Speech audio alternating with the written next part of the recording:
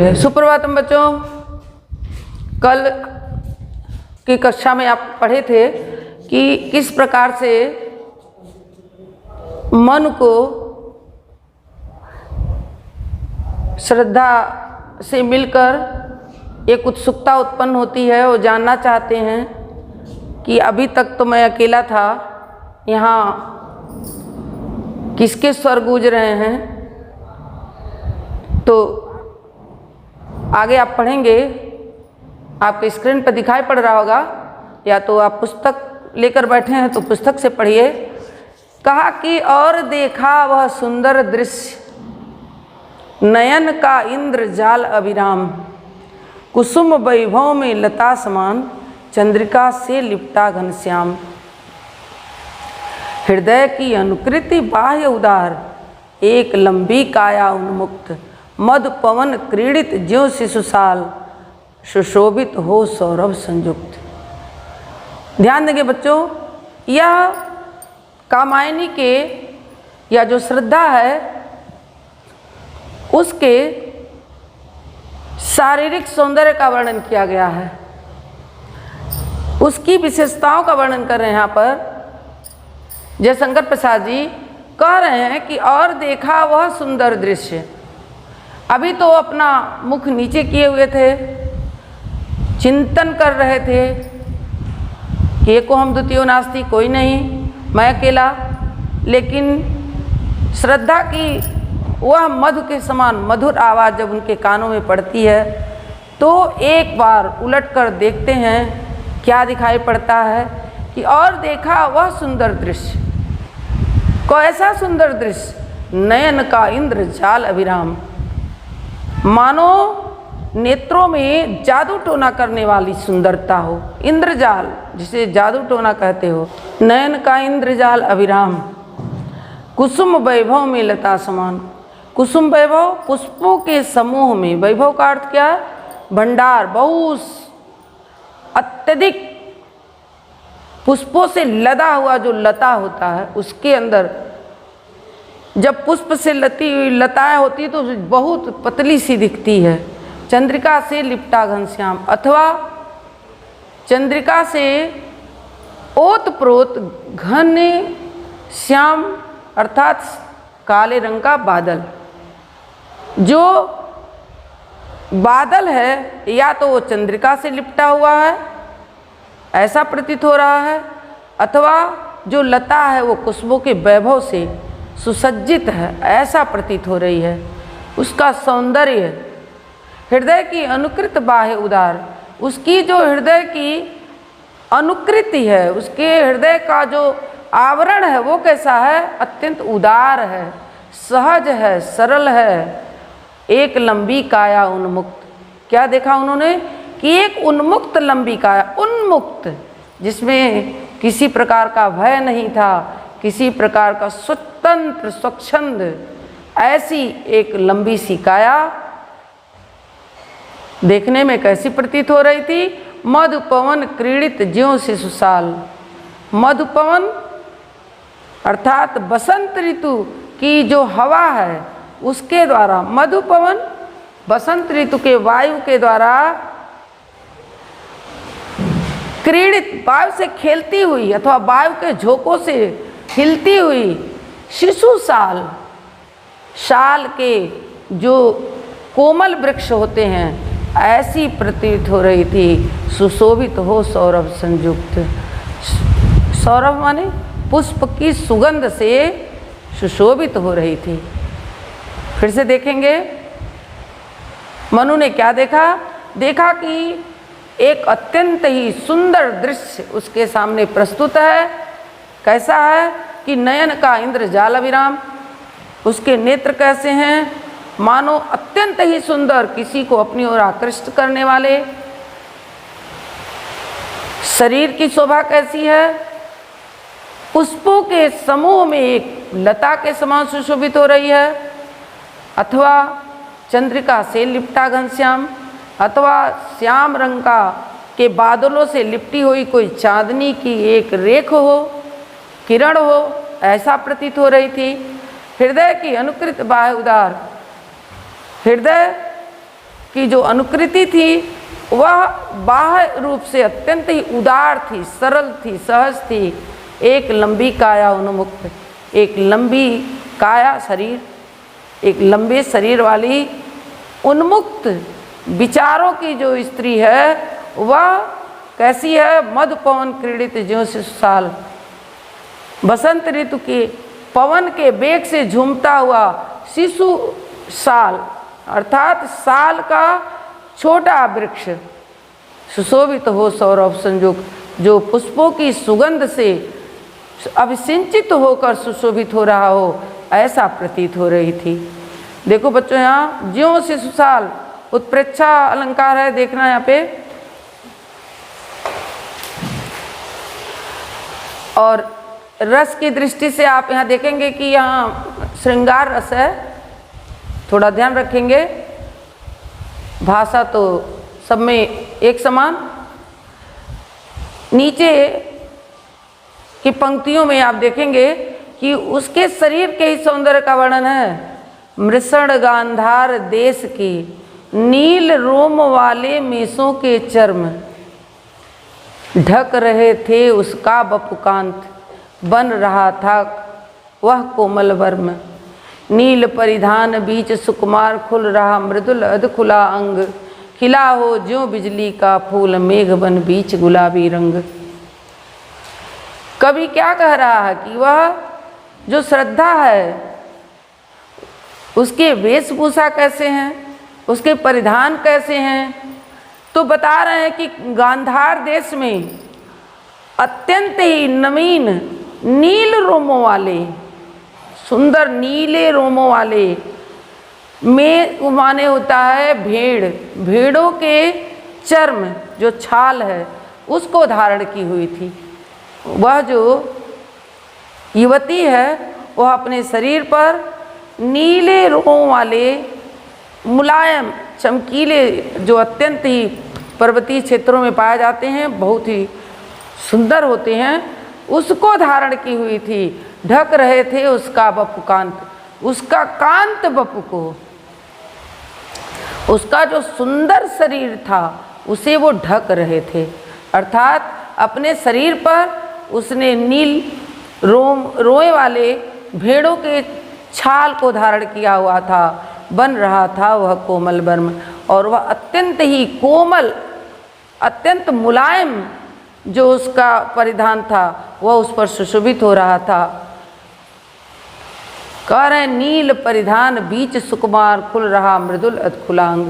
नील परिधान, कैसा वस्त्र धारण कर ली थी? नीले रंग का, क्योंकि नीले मेषों के चर्म का छाल धारण की थी, तो उसके रोए कैसे थे? नीले। तो कवि कह रहा कि नील परिधान बीच सुकुमार, खुल रहा मृदुल अधखुलांग। चूँकि छाल धारण करने से पूरे शरीर को ढका नहीं जा सकता, इसलिए जो आधे उसके खुले हुए अंग थे वह अत्यंत ही सुंदर लग रहे थे। नील परिधान बीच सुकुमार, खुल रहा मृदुल अधखुलांग। उसका जो कोमल आधा खुला हुआ अंग था वह अत्यंत ही सुंदर लग रहा था। खिला हो ज्यों बिजली का फूल, मेघ बन बीच गुलाबी रंग। कैसा लग रहा था? मानो बिजली का फूल, मेघ बन बीच गुलाबी रंग, बादल के समान गुलाबी रंग में सुशोभित हो रहा हो। बिजली का फूल कह रहे हैं। बिजली का फूल क्यों कहा? जो विद्युत आकाश में चमकती है वह नीले बादलों में एक बार प्रकाश फैला देती है, तो उसको कह रहे हैं कि बिजली का फूल। जैसे बिजली का कोई पुष्प चारों तरफ खिल गया हो, और मेघ बन बीच गुलाबी रंग, मेघ बन, मेघ रूपी बन भी कह सकते हो, मेघ रूपी बन में गुलाबी रंग के बिजली का फूल मानो खिल गया हो।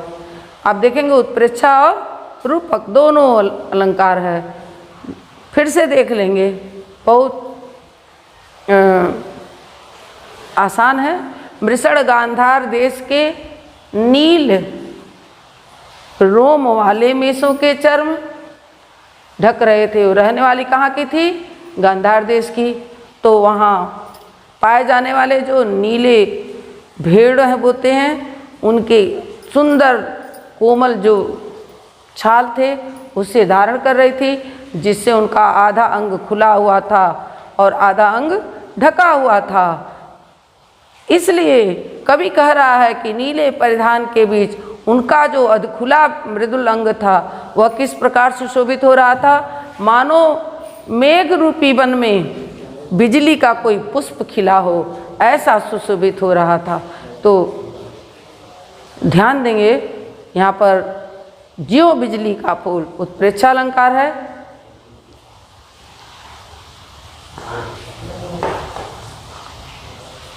ओह वह मुख पश्चिम के व्योम, बीच जब घिरते हों घनश्याम, अरुण रवि मंडल उनको भेद। वह मुख संबोधन का चिन्ह है दोनों जगह, ध्यान देंगे। ओह वह मुख पश्चिम के व्योम, बीच जब घिरते हों घनश्याम, अरुण रवि मंडल उनको भेद, दिखाई देता हो छविधाम। घिर रहे थे घुघराले बाल, अंश अवलंबित मुख के पास, नील घन सावक से सुकुमार, सुधा भरने कुपित के पास। बच्चों ध्यान देंगे, ये महत्वपूर्ण अंश, बहुत ही महत्वपूर्ण अंश है, इनको आप रेखांकित कर लेंगे। ओह वह मुख पश्चिम के व्योम, कवि जो है वह श्रद्धा के सर्वांग सौंदर्य का वर्णन कर रहे हैं, श्रद्धा के सर्वांग सौंदर्य का वर्णन कर रहे हैं। कह रहे हैं ओह वह मुख, कह रहे मुख का वर्णन क्या किया जाए, जो उनका मुख वो कैसा, पश्चिम के व्योम, पश्चिम दिशा का जो आकाश है उसके बीच जब घिरते हों घनश्याम। पश्चिम का व्योम कैसा होता है, पश्चिम के व्योम में जब घनश्याम यानी काले बादल जब घिरते हों, अरुण रवि उनको मंडल भेद, और सूर्य अस्ताचल को जा रहा होता है। पश्चिम दिशा में बादल घिरते हों और सूर्य अस्ताचल को जा रहा हो, और उन बादलों को भेद कर उनकी किरणें चारों ओर फैलती हों, तो दिखाई देता हो छविधाम। छविधाम कहा सौंदर्य का धाम, घर, धाम का अर्थ होता घर।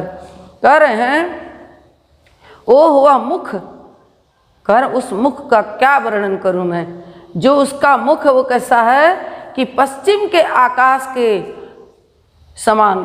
कैसे आकाश के समान, बीच जब घिरते हो घनश्याम, जब सूर्यास्त के समय घने बादल घेर लेते हैं और सूर्य का जो मंडल है अरुण रवि, लाल सूर्य, अरुण का अर्थ है लाल, रवि का अर्थ है सूर्य, लाल रंग का जो सूर्य है। आप जानते हैं कि जब सूर्य अस्ताचल को जाते हैं तो उनका जो मंडल है वो रक्ताभ हो जाता है, लाल रंग का दिखाई देने लगता है। तो उस समय बादलों को फाड़ कर जो उसकी किरणें निकलती हैं सूर्य की, वह कितना सुंदर लगता है। उस तरह से उनका मुख सुंदर लग रहा हो, जैसे बादलों को घेर कर जो सूर्य की किरणें हैं वो बाहर निकल रही हूँ, ऐसा प्रतीत हो रहा है। घिर रहे थे घुघराले बाल, अंश अवलंबित मुख के पास। घुघराले बाल कैसे हैं उसके, घुघराले हैं। जो अंश माने कंधा, अंश का क्या अर्थ है, कंधा। बच्चों अंश परीक्षा में आपके पूछता है, अंश के दो अर्थ हैं, एक अंश है, एक अंश छोटा सा होता है उसमें, जिसको आप दंत स कहते हैं। तो जब दंत स रहेगा तो उसका अर्थ हो जाएगा भाग, और इस अंश का अर्थ है कंधा। आपकी परीक्षा में ये महत्वपूर्ण पूछता है। तो इसलिए कह रहे हैं कि घिर रहे थे घुघराले बाल, अंश अवलंबित, कंधे का आलंबन लेकर मुख के पास, उनके मुख के पास घुघराले जो लटाएं थी वह कंधे का सहारा लेकर नीचे की ओर लटक रही थी। वो कैसी प्रतीत हो रही थी, नील घन सावक से सुकुमार। नील घन सावक, कह रहे हैं कि सुकुमार अत्यंत ही कोमल नीले रंग के बादलों के का एक जैसे झुरमुट हो, एक झुंड हो, उसके समान प्रतीत हो रहे थे, जो सुधा भरने को विद, जो कहाँ जा रहे हैं, ऐसा प्रतीत हो रहा है मानो अमृत प्राप्त करने के लिए चंद्रमा के पास जा रहे हो। विदु माने चंद्रमा, विदु का अर्थ है चंद्रमा, सुधा का अर्थ है अमृत, सुधा का अर्थ है अमृत। ये महत्वपूर्ण है अंश बच्चों, इस नाते इसको फिर से देख लेंगे। ओह वह मुख पश्चिम के व्योम बीच जब घिरते हों घनश्याम, यहाँ अनुप्रास अलंकार है। अरुण रवि, अरुण का अर्थ है लाल, रवि सूर्य, मंडल उनको भेद दिखाई देता हो छविधाम, सूर्य का जो मंडल है उससे निकलने वाली किरणें उस बादलों के समूह से निकलकर अत्यंत ही अपने सौंदर्य को प्रकट करती हैं। उसी प्रकार से गिर रहे थे घुघुराले बाल, यहाँ भी अनुप्रास है। अंश अवलंबित, ये भी अनुप्रास अलंकार है। कंधे को आश्रय लेकर मुख के पास जो लटक रही थी वह किस प्रकार प्रतीत हो रही थी, मानो नील घन सावक, नीले रंग का जो बादलों का छोटा सा सावक होता है, बच्चा होता है, अत्यंत सुकुमार, वह अमृत प्राप्त करने के लिए चंद्रमा के पास जा रहा हो, ऐसा प्रतीत हो रहा था। उसके सौंदर्य का बहुत ही सुंदर वर्णन किया गया है यहाँ पर। और यहाँ श्रृंगार रस है बच्चों, आप ध्यान देंगे, पूछ सकता है पैराग्राफ में कि यहाँ कौन सा रस, प्रश्न में आपके प्रश्न में पूछ सकता है कि यहाँ पर कौन सा रस है परीक्षा में। घन सावक से में उपमा अलंकार है, ये भी परीक्षा में पूछा जा सकता है रेखांकित करके, इस नाते इन सबको ध्यान देंगे। शेष अगली कक्षा में पढ़ाएंगे, जितना पढ़ाया गया उसे आप पढ़ेंगे, अभ्यास करेंगे, ध्यान देंगे। जो समझ में नहीं आएगा आप पूछेंगे भी। धन्यवाद।